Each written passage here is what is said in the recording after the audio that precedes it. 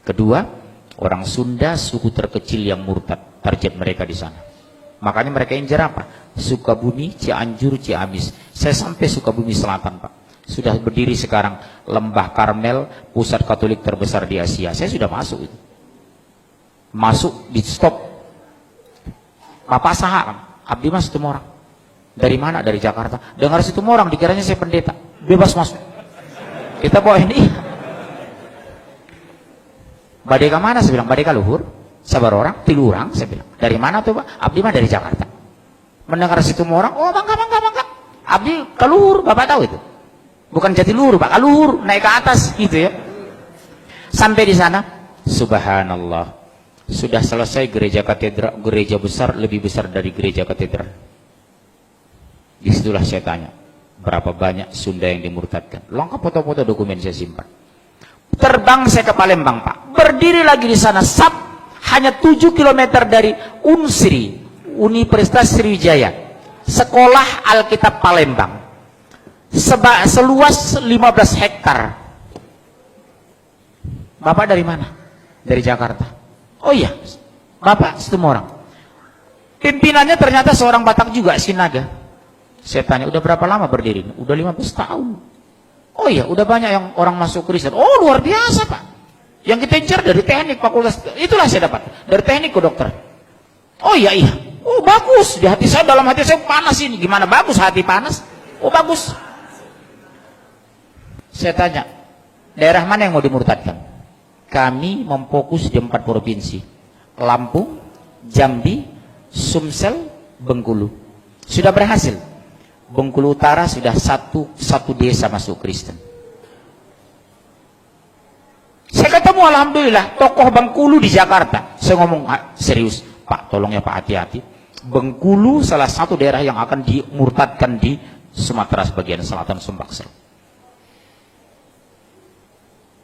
Luar biasa Pak. Lihat yang di Jawa Barat itu, Danu Khalil Winata, pendeta Danu Khalil Winata, pendeta Muhammad Solehin, pendeta Luqman Sardi, pendeta Lisa Odah. Saya bingung lihat umat Islam. Saya angkat ini nyaris tidak ada yang peduli. Padahal kata Rasulullah terhadap orang murtad itu nasihati, kalau mereka tidak kembali ke Islam, yang murtad dan dimurtadkan pancung. Makanya Amerika tidak suka sama Afghanistan itu, karena Taliban itu kalau ketahuan ada misi Katolik Protestan yang masuk ke Taliban, coba-coba murtadkan, pancung. Bapak tahu enggak? Saya sendiri yang melaporkan ke Komisi Hukum, Komisi 3 Hukumnya, DPR. Kapolri Sutanto, Presiden, Wakil Presiden, Menko Polhukam. Saya antar sendiri di waktu itu. Ini ancaman terbesar bagi NKRI. Kenapa? Mereka sudah berani membangun pusat Kristen di mayoritas Muslim terbesar di Indonesia, Jawa Barat. Kalau melihat orang Batak Kristen, saya nggak terlalu pusing. Tapi kalau mendengar bahasa Sunda ke gereja, badeka mana teteh? Badeka gereja, teteh mah Kristen. Sakit itu di sini Pak.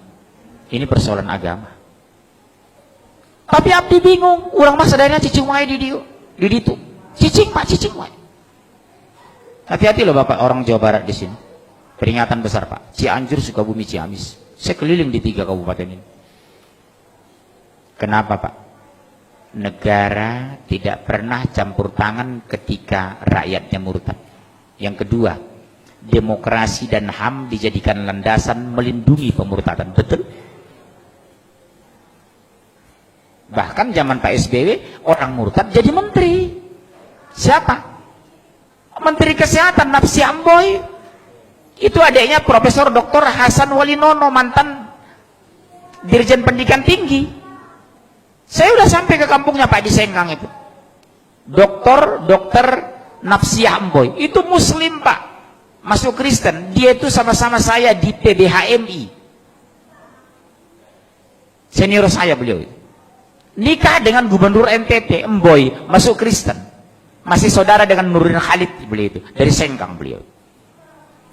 Udah saya bujuk istri Pak Nurdin Khalid. Tolong Bu, bisa nggak dibujuk Ibu Napsiah itu ke rumah? Kenapa? Saya ajak dialog. Karena saya ngisi di rumah Pak Nurdin Khalid. Sampai sekarang belum ada realisasi. Sama dengan Asmiranda. Sudah saya bujuk keluarganya. Bu, bisa nggak dibujuk Asmiranda datang lagi ke Jakarta? Saya nanti bantu dia ruqyah. Termasuk Luman Sardi itu. Bisa insya Allah, Pak. Pertanyaan kan sederhana. Kenapa Anda masuk Kristen? Karena Yesus. Siapa Yesus dalam pandang Anda? Sebagai Tuhan. Tolong tunjukkan di Injil mana dalil Tuhan Yesus sebagai Tuhan. Saya bawa Injil aja. Ini saya punya Injil. Silakan baca. Tidak ada satupun pernah Yesus mengaku sebagai Tuhan.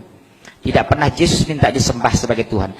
Bunda Maria yang terdekat kepadanya tidak pernah menyembahnya. Terus mana landasan Anda menyembah Yesus? Bapak punya doktrin ini loh sama anak. Bapak tahu perumahan Bougainville ini? Salah satu anak jamaah pengurus masjid murtad itu. Bapak tahu Masjid Raya Pulau Asam? Ketua masjidnya murtad, Kolonel Muhammad masuk Kristen. Kolonel Marinir, Pak. Masuk Kristen menjelang meninggal. Ketua masjid Pulau Asam, Jakarta Timur itu. Orang kaget, Pak. Begitu didatangi melayat pengurus masjid, sudah haleluya. Ternyata menjelang meninggal dia masuk Kristen. Ketua masjid loh, Pak. Bilang apa gitu? Makanya sekarang penguatan di akidah di rumah tangga luar biasa nomor satu. Satu diantaranya apa? Dekatkan anak kepada Al-Quran. Enjoykan anak dengan Islam. Gembirakan anak ke masjid.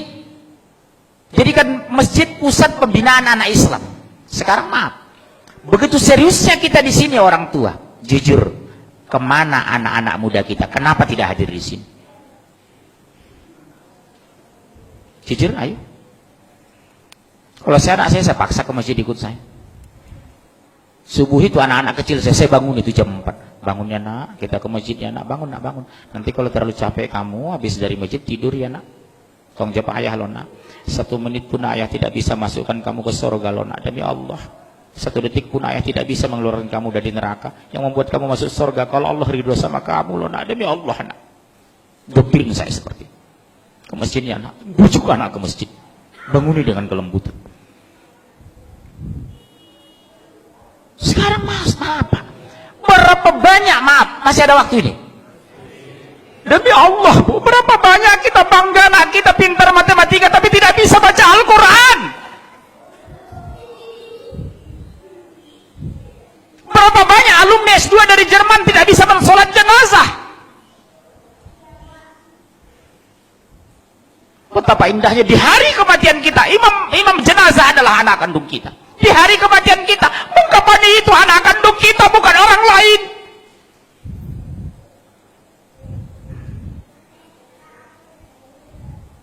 Saya pergoki Pak, demi Allah, jamaah saya 9 sekeluarga, semua orang kaya, 5 laki-laki 4 perempuan. Di hari kematiannya sibuk nelpon saya, tolong Ustadz carikan yang memandikan ibu kami. Subhanallah. Betapa sakitnya hati seorang ayah di hari kematiannya, anak menjadi penonton. Betapa indahnya hati seorang ayah di hari kematiannya, membuka busananya anak kandungnya, memandikan anak kandungnya, imam jenazah anak kandungnya. Makanya kata Rasulullah, orang yang paling berhak terhadap jenazah adalah ahli warisnya, saudara senasabnya. Sab pertama anak dan mantu kita.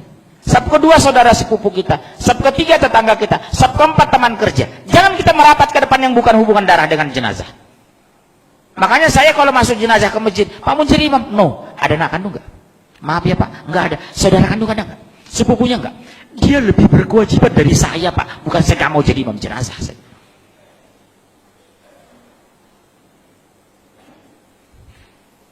Hati-hati loh Pak sekarang.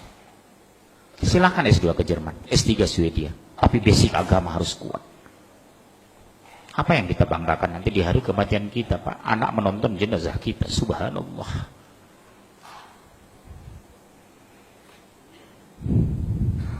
Di dunia saja sudah dipermalukan, apalagi di akhirat. Begitu diminta pertanggungjawaban di padang mahsyar, apa yang kita jawab? Anak tidak bisa Al-Quran, sholat banyak tinggal. Hampir di semua pengajian yang melibatkan anak-anak, saya tanya jujur, nak kelas berapa nak? Seperti